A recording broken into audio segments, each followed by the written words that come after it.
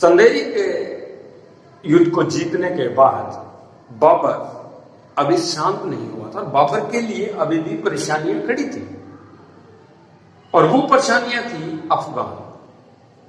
1526 में इब्राहिम लोदी को हराने के बावजूद भी अफगान समस्या बाबर के लिए अभी भी एज इट इज परेशानियां पैदा कर रही थी, क्योंकि इस युद्ध के बाद बचे हुए अफगान बिहार क्षेत्र की तरफ भाग गए और वहां जाकर अपनी शक्ति को उन्होंने इकट्ठा करना शुरू कर दिया, जो बाबर के लिए समस्याएं पैदा कर रहे थे। इसलिए बाबर को चौथा युद्ध लड़ना पड़ा और इस युद्ध का नाम है घाघरा का युद्ध। घाघरा का युद्ध, और ये युद्ध लड़ा बाबर ने 1539 AD या इस द बैटल ऑफ घाघरा। देखिए पानीपत में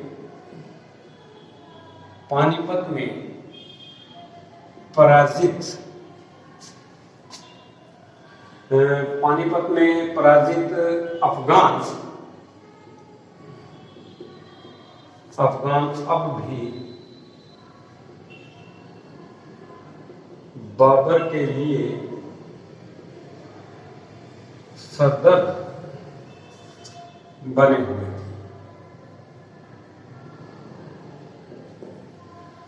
बाबर के लिए सरदर्द बने हुए थे। वे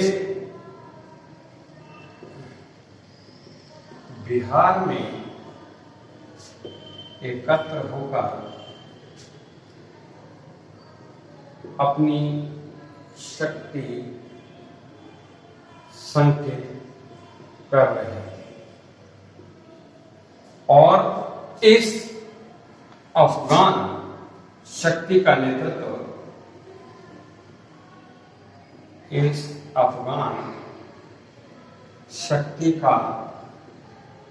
नेतृत्व इब्राहिम लोदी का भाई महमूद लोदी कर रहा था। बार बार बाबर को ये लोग चैलेंज कर रहे, चुनौती दे रहे। अतः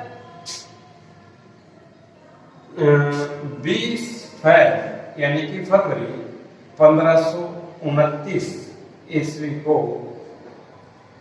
बाबर इन अफगानों के विरुद्ध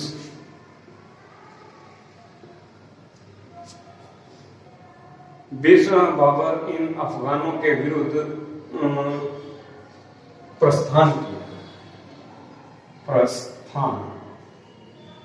किया। 4 मई 1529 1529 AD बाबर ने घाघरा नदी को पार करने का प्रयत्न किया। यहां बाबर और अफगानों के बीच बहुत भयंकर युद्ध हुआ, जबरदस्ती युद्ध हुआ, लेकिन बाबर की तोपों ने अफगानों को बुरी तरह से खदेड़ दिया, उनमें भगदड़ मचाई और बाबर इस भगदड़ के बीच घाघरा नदी को पार करने में कामयाब रहा। अपने तोपों की वजह से, अपने बारूद की वजह से, और इस युद्ध को बाबर जीत गया। देखिए इस युद्ध का एक रिजल्ट ये निकला कि इस युद्ध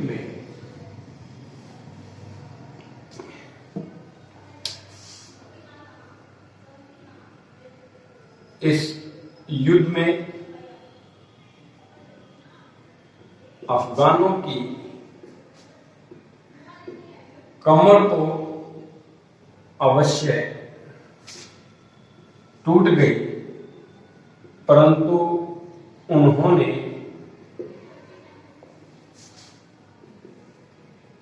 दिल्ली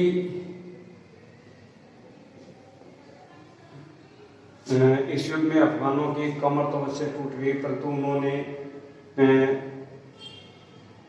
दिल्ली सल्तनत को प्राप्त करने के प्रयत्न बंद नहीं की, वो छुटपुट हरकतें करते रहे। इस युद्ध के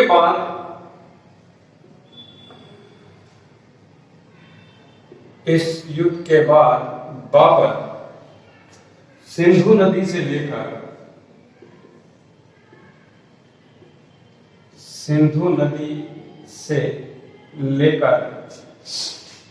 बिहार और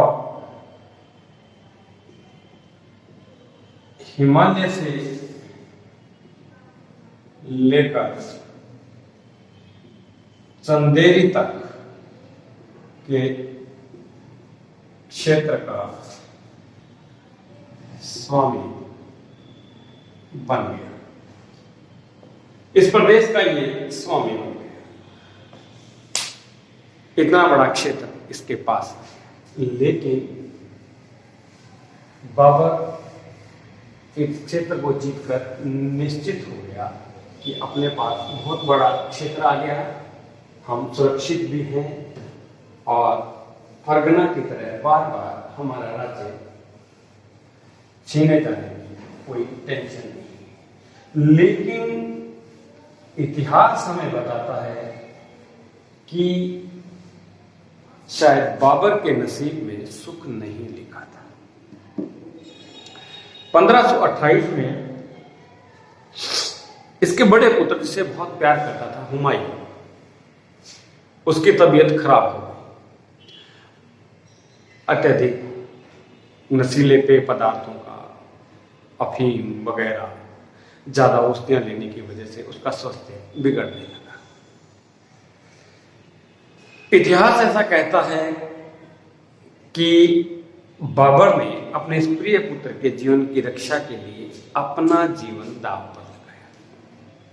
इसने उस ईश्वर से, उस खुदा से, उस अल्लाह से प्रार्थना की कि आप मेरे पुत्र का जीवन बख्शकर उसके बदले में आप मेरा जीवन, ऐसे इसने ओपन प्रार्थना की।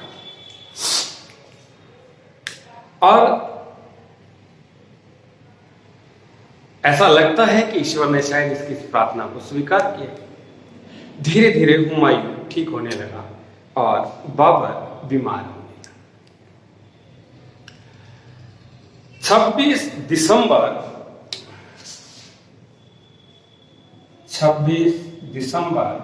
1530 ईस्वी को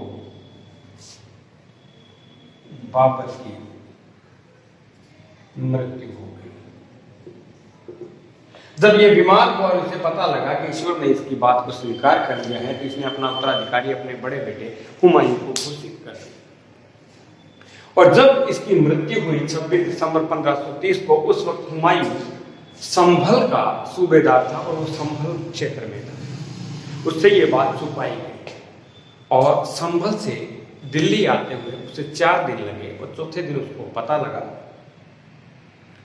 कि उसके फादर यानी कि हिंदुस्तान के शासक बाबर नहीं रहे। इसलिए 30 दिसंबर 1530 को हुमायूं ने राज्याभिषेक करवाया गद्दी नशीनी की। नूर अफगान बाग, जिसको आराम बाग कहते हैं, बाबर को वहां दफनाया गया, लेकिन बाद में वहां से निकालकर बाबर की अंतिम इच्छा के अनुसार उसकी डेड बॉडी को काबुल ले जाया गया और वहां दफनाया। भारत में दिल्ली सल्तनत को हटाकर भारत में मुगल राज्य की स्थापना करने वाला बाबर केवल भारत में 4 साल ही राज कर पाया और इन 4 सालों में उसने 4 युद्ध लड़े। एक 1526 में पानीपत का युद्ध, जो बहुत महत्वपूर्ण युद्ध माना जाता है। उसके बाद भारत में इसको स्थायित्व प्रदान करने वाला जो दूसरा महत्वपूर्ण युद्ध लड़ा, जो इसको इसके भाग्य ने जिता दिया, वो युद्ध था खानवा का युद्ध। मेवाड़ या राजपूताना के सबसे पावरफुल शासक राणा सांगा के विरुद्ध तीसरा युद्ध इसने लड़ा चंदेरी का युद्ध मेदिनी राय के खिलाफ, जिसने राणा सांगा का सहयोग किया था और इसके लिए सामरिक और व्यापारिक दृष्टि से बहुत महत्वपूर्ण क्षेत्र था चंदेरी, इसलिए उसको विजय करना इसके लिए बहुत जरूरी था।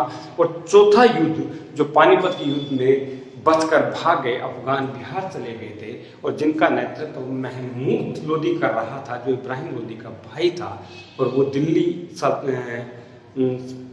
शासन के लिए मुगल राजवंश के नव स्थापित राज्य के लिए बहुत परेशानियां पैदा कर रहे थे। उन अफगानों को हराने के लिए बाबर ने चौथा और महत्वपूर्ण घाघरा का युद्ध लड़ा। इन चारों युद्धों में बाबर ने विजय प्राप्त की, लेकिन ये ज्यादा सुख भोग नहीं पाया और 26 दिसंबर 1530 को इस दुनिया को अलविदा कहा।